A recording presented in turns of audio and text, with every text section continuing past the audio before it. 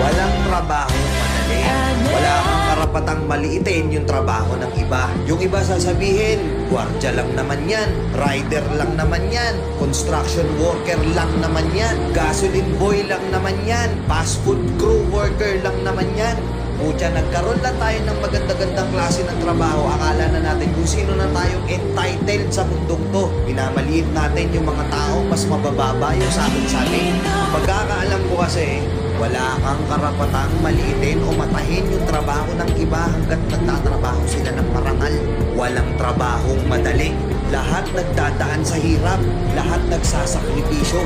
Kaya kung iniisip mong porket maganda-ganda yung trabaho at malaki-laki yung sinasahod mo, eh mamaliitin mo na yung mga trabaho ng mga taong nagtatrabaho na mas maliit yung sahod sa'yo. Mag-isip-isip ka.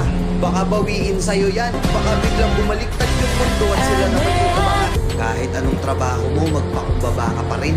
Bilog ang mundo, hindi palagi nasa taas ka. Kaya hanggat maaari sa lahat ng oras, magpakumbaba ka. Di ba?